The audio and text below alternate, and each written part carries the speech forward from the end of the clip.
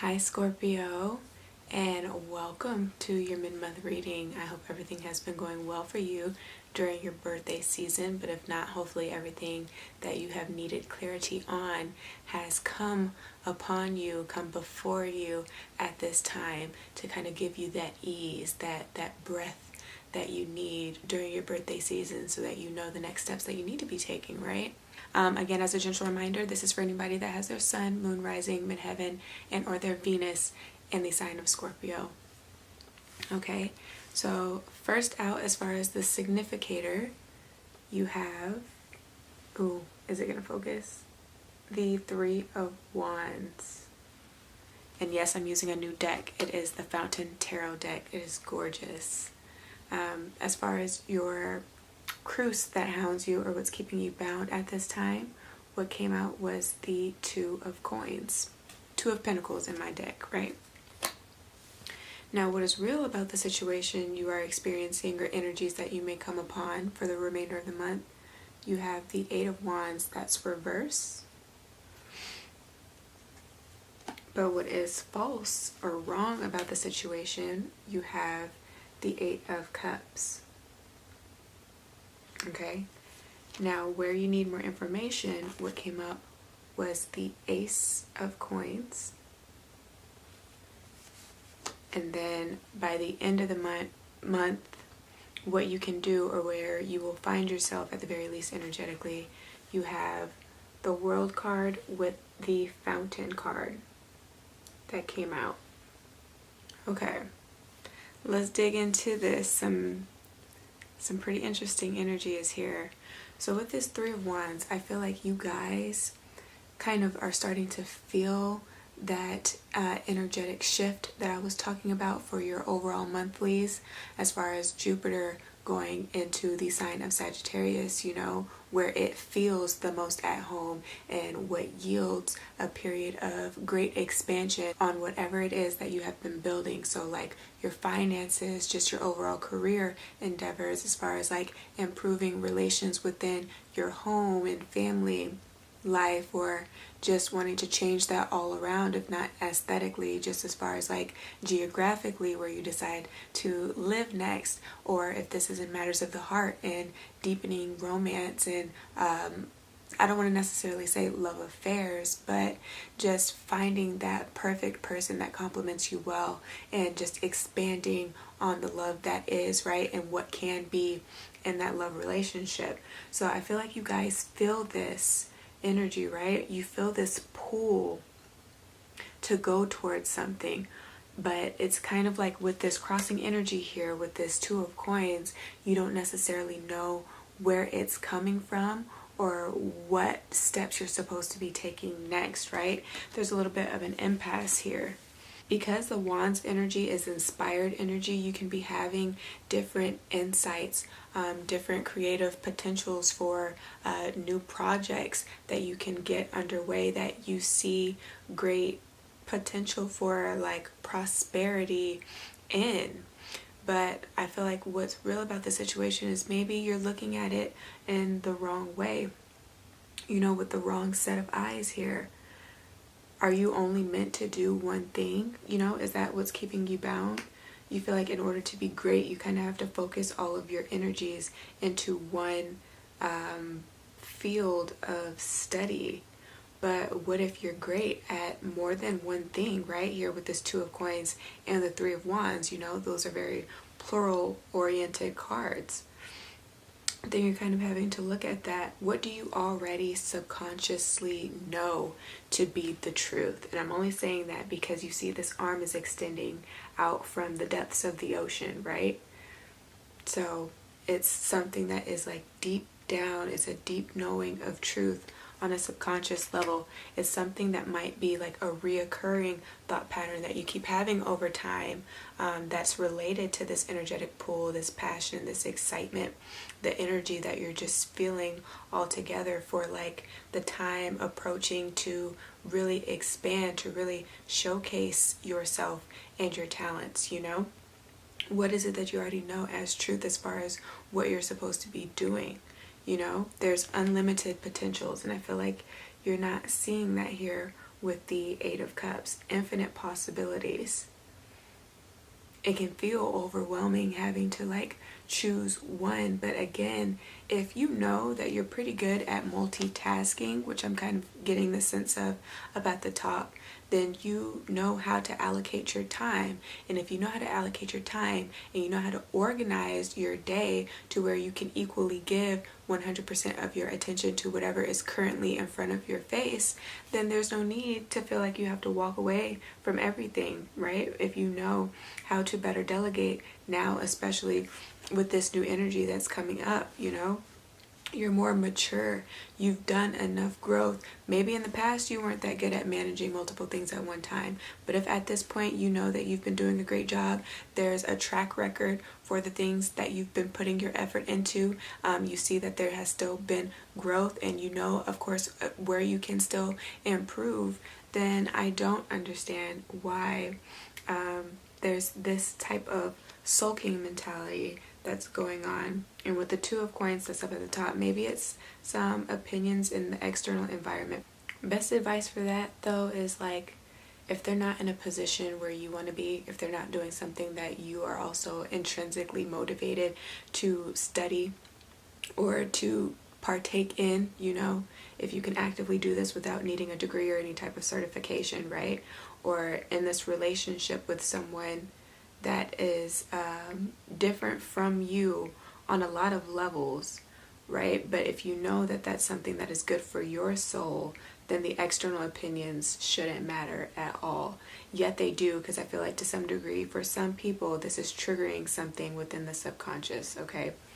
But you can't suppress whatever it is. You also can't give up if you haven't given it your all, because again, you don't want to have that self-doubt. Now, where you need more information, Scorpio, with this Ace of Coins, I feel like it's just handling all situations with the utmost grace. You know, best revenge is your paper is also what is coming to mind. So you don't have to worry about retaliating on anybody at this time. You need to be more focused on self. Again, with the Ace, and the Ace corresponds to the number 1 in numerology, which is all about independence, and also corresponds to your first house, right? Your self-image, your material possessions. That is where your primary focus needs to be at this time.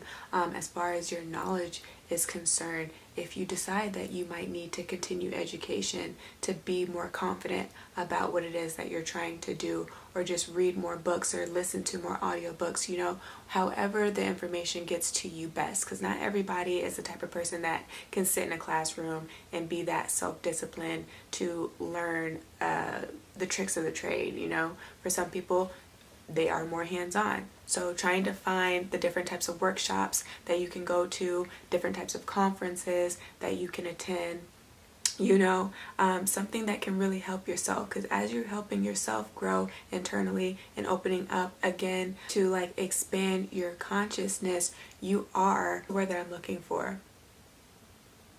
When you help yourself, you're helping somebody else, okay? Even though it's not always intentional, but it's kind of like a by association. Can I even say the word? You help those in your surroundings when you can help yourself. So if your self-worth is being tested at this time, that's something that you need more information on, how much you're giving to yourself, how much you're allowing also to come into you. If you're the type of person that is constantly the giver in situations, it's time to learn the lesson of receptivity. Jesus, wow.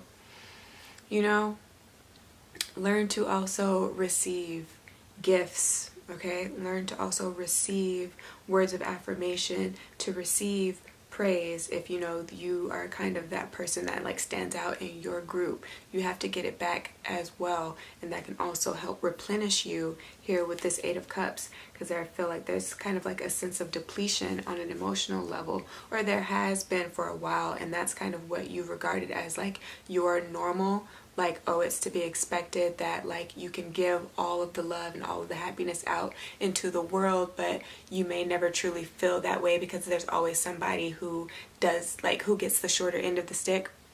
That's the wrong type of mentality to have here, and that's something that needs to be thrown away at this time. Again, with Jupiter and Sagittarius, it is all about expansion. I'm running out of time.